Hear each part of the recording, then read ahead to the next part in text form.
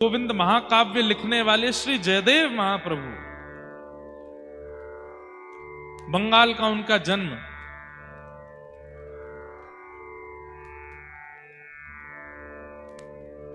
उनके साथ एक लीला हुई कि एक बार वो अपने किसी शिष्य के यहां से प्रसाद पाकर के कहीं जा रहे थे। खूब सारा धन धान्य सोना चांदी उनके पास था। बीच मार्ग में कुछ लुटेरों ने उनके रथ को रोक लिया और सारा धन हरण कर लिया। जयदेव महाप्रभु बोले, भैया तुम सब ले जाओ, हमको छोड़ दो। तो डाकुओं ने सोचा कि इसने हमारा मुंह देख लिया है, हमारा रूप पहचान लिया है, ये राजा को जाकर के हमारे बारे में बता देंगे, हमारी मृत्यु हो जाएगी, हम पकड़े जाएंगे। तो उन डाकुओं ने क्या किया, महाप्रभु जी को पकड़ के आधी रात में दोनों हाथ और पैर काट दिए जयदेव महाप्रभु के, और उनके बचे हुए शरीर को एक कुआं में फेंक करके रथ लेकर के चले गए।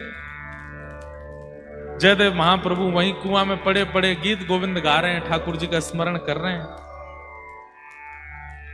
तभी एक नगर का राजा वहां से निकल रहा था। उसने जैसे स्वर सुना तो वो राजा भी गीत गोविंद का पाठ करता था, पर जयदेव महाप्रभु से कभी मिला नहीं था।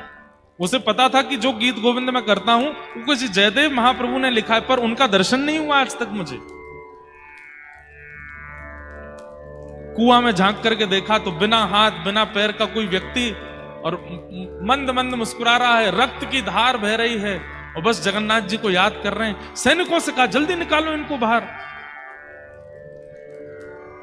जयदेव महाप्रभु को बाहर निकाला, पूछा आप कौन हैं? जयदेव महाप्रभु ने अपना परिचय नहीं दिया, बोले कि बस मैं तो जगन्नाथ जी का भक्त हूं, यहां से जा रहा था, किसी व्यक्ति को कुछ चाहिए था, लूट के ले गया, मेरे हाथ पैर काट गया। अरे भगवान, आप मेरे नगर चलिए, मैं आपकी चिकित्सा करवाऊं। और जयदेव महाप्रभु को लेकर के गए, उनकी मल्लम पट्टी आदि करवाई, चिकित्सा करवाई, और राजा ने जयदेव महाप्रभु को अपना राजगुरु बना करके अपने पास बैठा लिया। आज्ञा मांगी, ध्यान से सुनिएगा सब लोग। एक दिन जयदेव महाप्रभु से आज्ञा मांगी कि हे महाप्रभु जी, आप मुझे आज्ञा कीजिए कि मैं एक नियम धारण करना चाहता हूं। जयदेव महाप्रभु ने कहा, एक ही नियम धारण कर लीजिए। बोले क्या?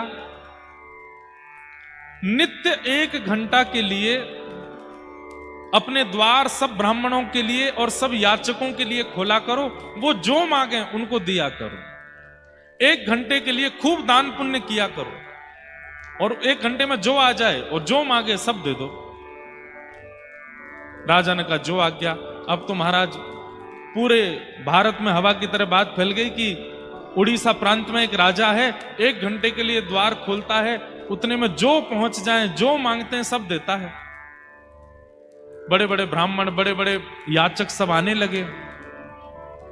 तो वो जो चोर थे जिन्होंने जयदेव महाप्रभु के हाथ पैर काटे, उनके मन में आया कि एक राजा मुंह मांगी वस्तु प्रदान करता है, हम भी ब्राह्मण बन के चले जाते हैं, मांग लेंगे राजा से।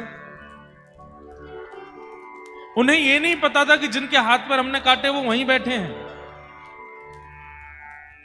चारों ब्राह्मण बनकर के जैसे ही राजा की सभा में पहुंचे, राजा के सिंहासन के बगल में जब जयदेव महाप्रभु को देखा तो चारों घबरा गए। बोले, अरे ये तो वही हैं जिनके हाथ पर हमने काटे थे, ये हमारा रूप जानते हैं, ये राजा को सब सत्य बता देंगे, यहां से निकलने में ही फायदा है। जैसे ही चारों वहां से जाने लगे तो जयदेव महाप्रभु समझ गए कि संकोच में यहां से भाग रहे हैं। उन्होंने तुरंत कहा, अरे राजन राजन देखो, आज कितनी बड़ी कृपा, गुरुकुल में हमारे साथ पढ़ने वाले हमारे मित्रगण आए हैं, इनको बुलाओ। अब यहां क्या हुआ, किसी की घनघोर गलती पर क्षमा किया जा रहा है उसको। इसका परिणाम देखिएगा।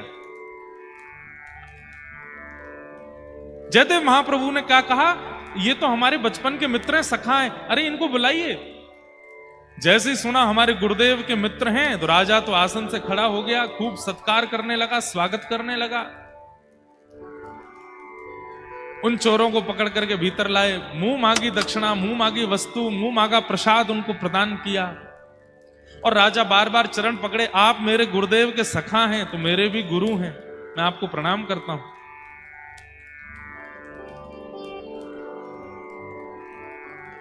वो डाकू चोर सब सोचने लगे, बोले कि ये जयदेव महाप्रभु, इनके हमने हाथ पैर काट दिए और ये हमारा इतना सम्मान करवा रहे हैं।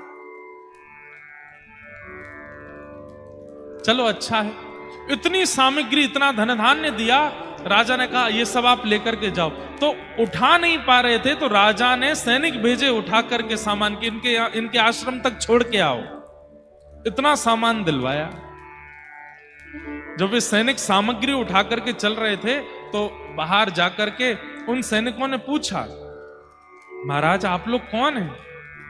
हमारे यहाँ इतने बड़े बड़े ब्राह्मण आते हैं, इतने बड़े बड़े याचक आते हैं, पर इतना सम्मान, इतनी सामग्री, इतना धन धान्य आज तक किसी को नहीं दिया गया।